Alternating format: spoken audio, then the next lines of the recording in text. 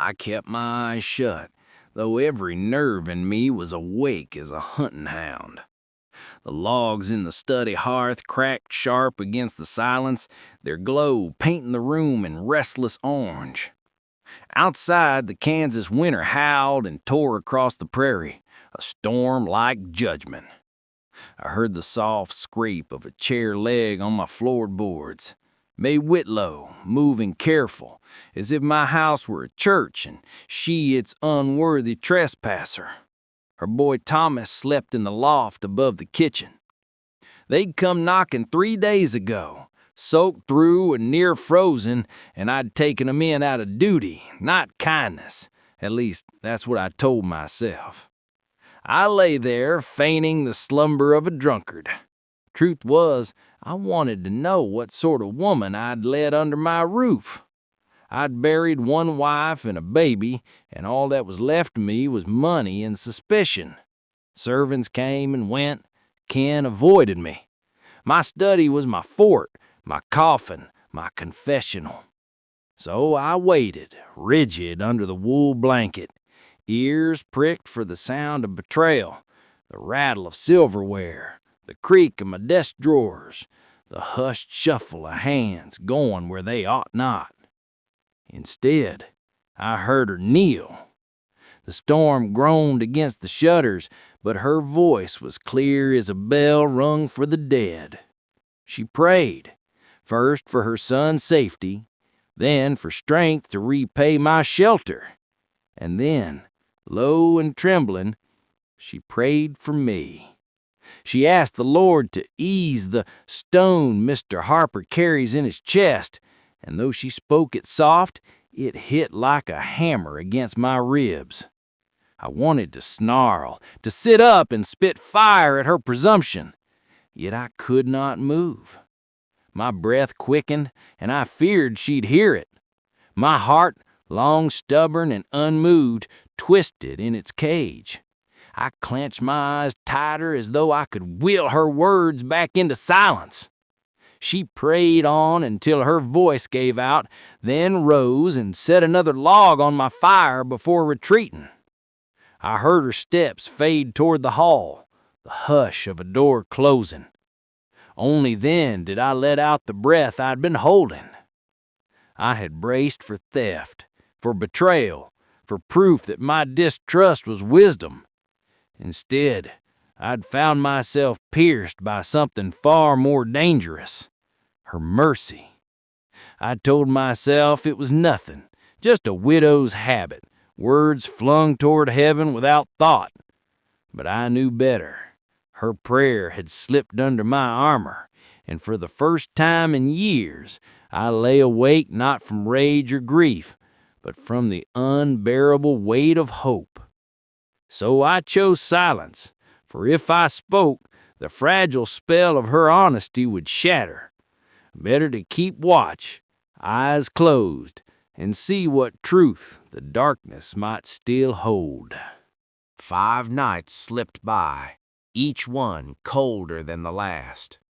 The storm had broken, but the snow lingered heavy across the prairie, pressing my ranch into a silence so thick it might as well have been a grave.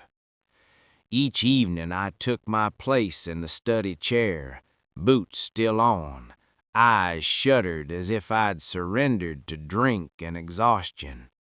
In truth, I was waiting for her. May Whitlo moved like a shadow when she thought me lost to sleep. The first time I felt the blanket tugged higher over my shoulders, I near startled up, but forced myself to remain still. The second night she returned, setting a flat stone, warm from the hearth, at the foot of my chair, tucking it beneath the wool to draw the frost from my bones. The third night she tended to fire itself, kneeling low, coaxing flame from embers with a breath soft as a hymn. Each ritual stitched itself into the rhythm of my nights until I dreaded the moment she might stop. I ached to tell her I was awake, to thank her, to touch the hand that brushed the chair arm when she rose, yet shame sealed my tongue. I'd spent years shunning pity, building a fortress of grief around me so tall no one dared scale it. To let her know I saw her kindness felt too near to weakness, and I'd sworn I would never again show a wound where another could press. So I held still, a coward craving mercy. Her son never stirred. From the loft came only the steady sigh of a boy too young to know the cruel weight his mother carried. Watching her care for me as though I were kin unsettled me more than any outlaw's pistol could. My solitude, once a shield, began to feel like a shackle. Each night she broke it, not with words, but with acts no gossiping town could see, no reward expected, no witness but a grieving man pretending to sleep. By the fifth night, I no longer pretended only to test her. I did it because her quiet tending had become the sole warmth I knew. My heart, once stone, stirred in my chest with a longing I'd sworn dead. I gripped the chair arms to keep from rising, from betraying myself.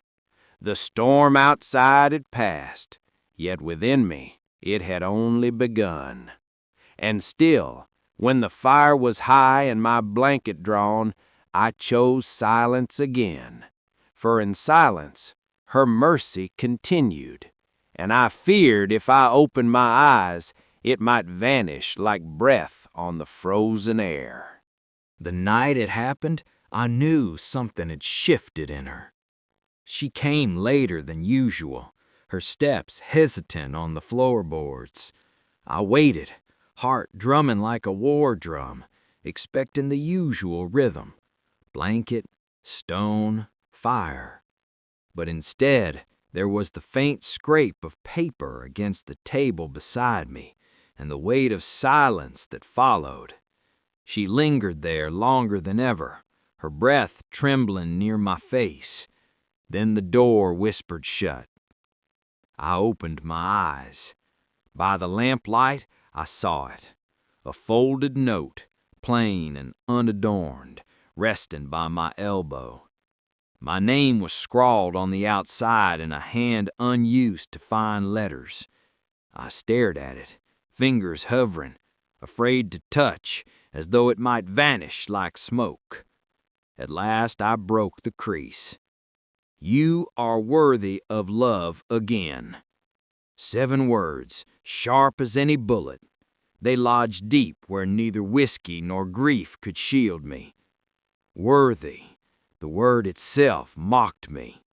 My wife had died gasping for air, our infant already buried in the frozen earth behind the house. What worth had I shown since? I'd laughed at God, turned away friends, hid behind coin and cattle. I'd cursed neighbors for crossing my fence line, driven off kin who pitied me. Love was a language I'd torn from my own tongue.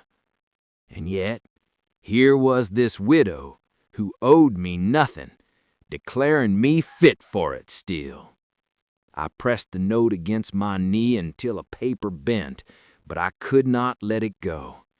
Instead, I read it again. As the fire crackled low, I found myself clutching it like a relic, proof that someone, one soul at least, saw a man instead of a ghost. I opened my ledger, that leather-bound tomb where I'd tallied nothing but cattle and debts for years.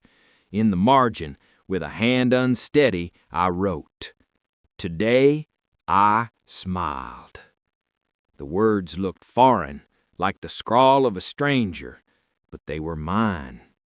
I folded her note carefully, slipped it inside the ledger's cover where no servant's eye could find it, and then I sat back in my chair trembling with a hunger I had not known since before the earth swallowed my family. For the first time in a long while, I feared not betrayal, but the unbearable truth.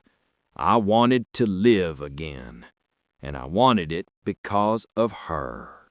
It was the smell of scorched bread that woke me. Not the usual quiet rustle of May in the kitchen, but a bitter scent drifting up the hall.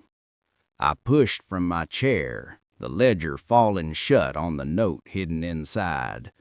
When I reached the kitchen doorway, she was slumped against the stove, her hands braced weakly on the iron as if it were all that kept her upright. Thomas stood nearby, eyes wide, clutching a tin cup but too afraid to move. "Ma," he whispered. Before she could answer, her knees gave way. The cup clattered to the floor, and Thomas cried out. I moved faster than I'd moved in years, crossing the room and catching her before her head struck the boards. Her skin was hot as the stove. Her eyes fluttered open, fever-glazed, and for the first time since she'd come here, her voice broke into panic. "Don't send me away. Please. Thomas, he needs—" I hushed her, though my own throat burned. "You're safe. You're not going anywhere." She tried to rise, but her body sagged against me like wet cloth. I swept her up, ignoring the shock on the faces of the household staff as I climbed the stairs 2 at a time. "Get Dr. Layton, and hot water, now." They moved at once. Money made them obey, but they stared at me as though I'd lost my mind. I laid her on the bed meant for guests, but never used, tucking quilts around her thin shoulders. She whispered again about Thomas, about debts and the long road they'd fled. Her voice cracked into a sob, and before I knew it, tears slid down my own face. Tears I'd sworn off at my wife's grave. I sat beside her, gripping her fevered hand. "No one's taken your boy," I said. "You're both safe under this roof." The words came without thought, like water from a split barrel. Once spilled, they could not be gathered back. When the doctor arrived, I would not leave the room. I watched as he mixed tinctures, as the servants brought steam and cloths. May drifted in and out, murmuring apologies to ghosts only she could see. Each time she stirred, she looked for Thomas, and each time I swore he was near. That night I knelt at her bedside. I'd once knelt only at graves. My hands, so used to ledgers and reins, clasped hers instead. I felt something in me give way. Not a crack, but a breaking open, as if all the ice around my heart had melted at last. I had taken her in out of duty, I told myself, but that was a lie now. I could no longer pretend. I had vowed never again to love, for love had cost me everything. And yet here I was, weeping over a woman who had come to me with nothing but a boy and a storm at her back. I pressed my forehead to the quilt and whispered a vow no one else heard. "You and your son will not be cast out, not while I draw breath." When May could stand again, pale but steady, I thought the worst behind us. The fever had broken, Thomas laughed again, and the house seemed to breathe easier. But healing brings its own kind of restlessness. One evening, just before dusk, I found her on the porch with her satchel in hand, her shoulders squared as if bracing for a blow. "You're leaving," I said. The words struck harder than I meant them to. She startled, clutching the worn strap tighter. "It's better this way," she whispered. "Folks will talk. They already do. You've given us too much." I stepped onto the porch, boots grinding frost from the boards. "Talk has never built a fence or raised a roof. Let 'em choke on their gossip." She shook her head, tears brightened her eyes though she fought 'em back. You don't understand. Dependence breeds chains. I swore after my husband left me with nothing but death, I'd never be beholden again. I can't bear whispers that I traded my dignity for shelter." Her words sliced deep, though not meant cruel. I thought of my late wife, how I'd failed her for not saving her from sickness, how I'd failed my child by letting him be born into a world without breath. All I had left was a house filled with silence until May and Thomas. "You think this place was alive before you?" My voice cracked. "You brought warmth back into these walls. Without you, it's just a graveyard with cattle tied out back." She turned from me, clutching her satchel, but her hands trembled. If I stay, I risk more than gossip. I risk my heart, and I don't know if I can lose again. I wanted to reach for her, to pull her back, but pride and fear chained my arms. Instead, I stepped aside, opening the door wide. "Then go, if you must. But know this, you're not bound here by my pity, May. You're free, always free." She lingered on the threshold, breath rising in clouds, her gaze fixed on the snowy yard beyond. Then, slow as a confession, she set the satchel down on the porch boards. Her hand slid from the strap. Without a word, she walked back inside. I bent and lifted the abandoned satchel, heavy not with clothes, but with her unspoken choice. Setting it against the wall, I followed her into the house. For the first time, I felt not just duty or grief, but the faint, fragile beginnings of something like peace. She had chosen to remain, not because I demanded it, but because some part of her wanted to. And that, to a man long convinced he was unworthy of anyone staying, felt like the rarest mercy of all. The thaw came sudden that spring, as if the heavens themselves had torn open. Rains fell without end, beating the prairie into mud, swelling every creek and gulch until the land itself seemed to buck beneath us. At first, we thought it no worse than any storm, but by the third night, water licked at the corrals and the cattle bawled like lost souls. I was out in the yard with lantern and rope, trying to drive the herd to higher ground, when I realized May and Thomas were nowhere in sight. My stomach knotted. I called their names, but the storm swallowed my voice. Then, through the curtain of rain, I saw 'em. May clutching Thomas, stumbling knee-deep in the black water where the lower pasture had become a river. "God help me," I muttered, and ran. The current tore at them, dragging them toward the washout. Thomas screamed, his arms flailing. May fought to keep him above the surge, but I could see the fear in her eyes, the kind that comes when strength is nearly spent. I plunged in, the cold striking like knives. The flood clawed at my legs, nearly pulling me under, but rage and terror drove me forward. I caught Thomas first, shoving him against my chest, then locked my arm around May's waist. She sagged against me, her lips blue, her body shivering. Together we staggered toward the shelter cut into the hill, the one I'd built years ago but never thought to use. Inside, dripping and half drowned, I set Thomas down by the stacked barrels. He coughed, but he was safe. May leaned against the wall, trembling so hard her teeth clattered. I pulled her close, wrapped the blanket from the emergency chest around her, and for once did not care if pride was watching. She tried to speak, but only tears came.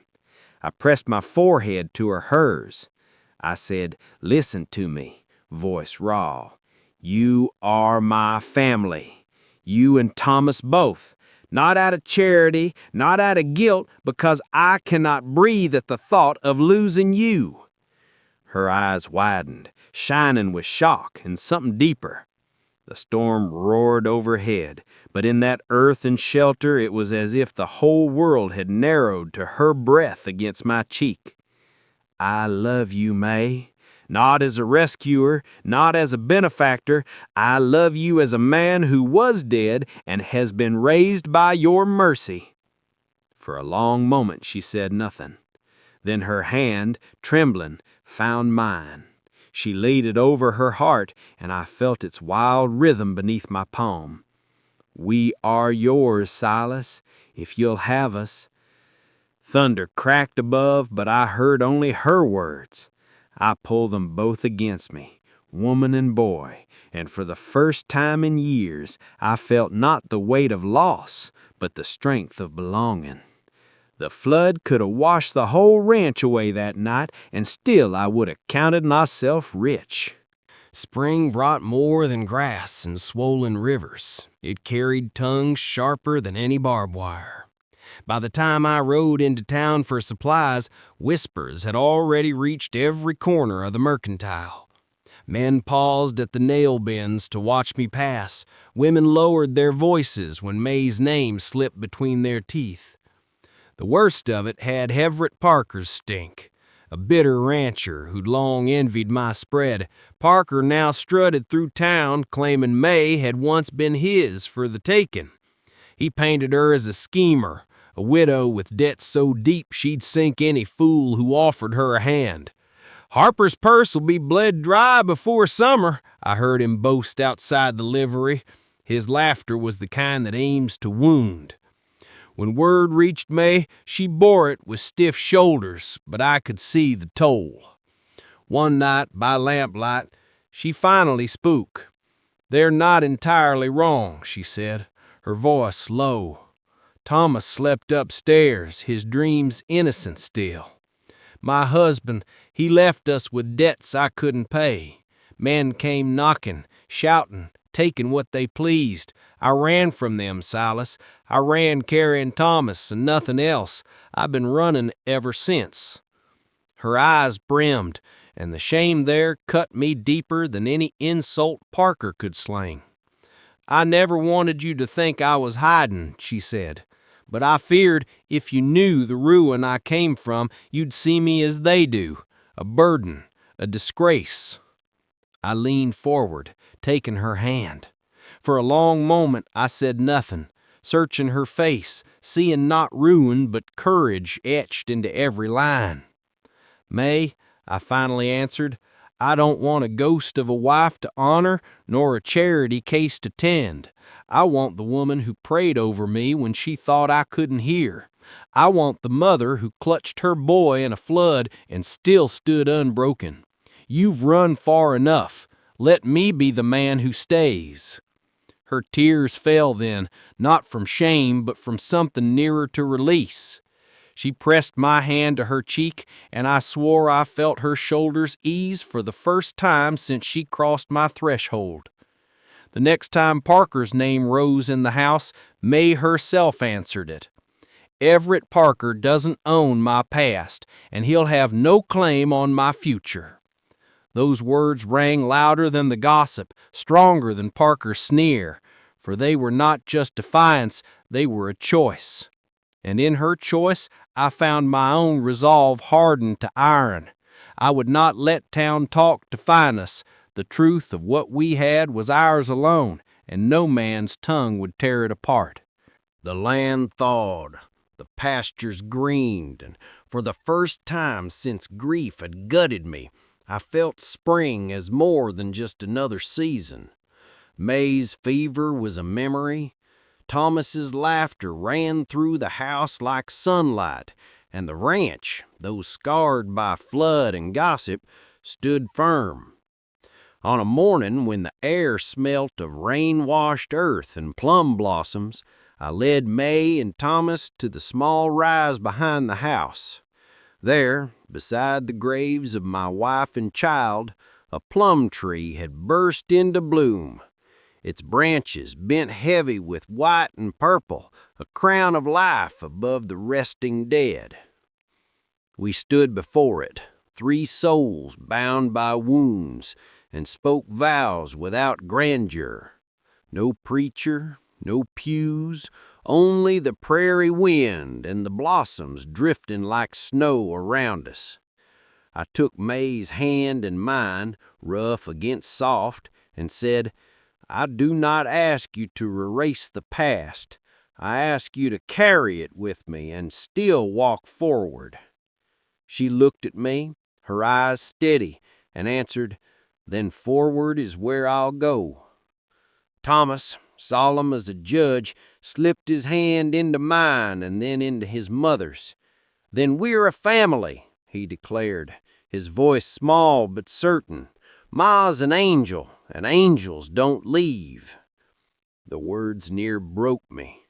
For so long I had lived in the shadow of leaving.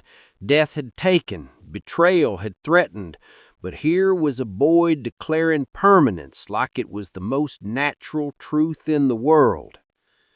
We stood beneath that plum tree, blossoms falling into our hair, and though the past pressed heavy, it no longer crushed. Instead, it gave root to something new. Where death once held sway, life now blossomed. When the vows were done, I looked at the graves one last time. For the first time since I'd buried 'em, I did not feel chained there. Instead, I felt released, free to honor them not with silence, but with the living. May smiled through tears. I kissed her, and Thomas cheered, clapping like he'd just seen a miracle. Perhaps he had. And so, with spring as our witness, we stepped forward as three instead of one. Not a family born of ease, but of fire, flood, grief, and grace. A family chosen. This time, when the wind swept the prairie, I no longer braced against its emptiness. I welcomed it, carrying with it the scent of plum blossoms, the sound of Thomas's laughter, and the promise that hope had finally found its way home.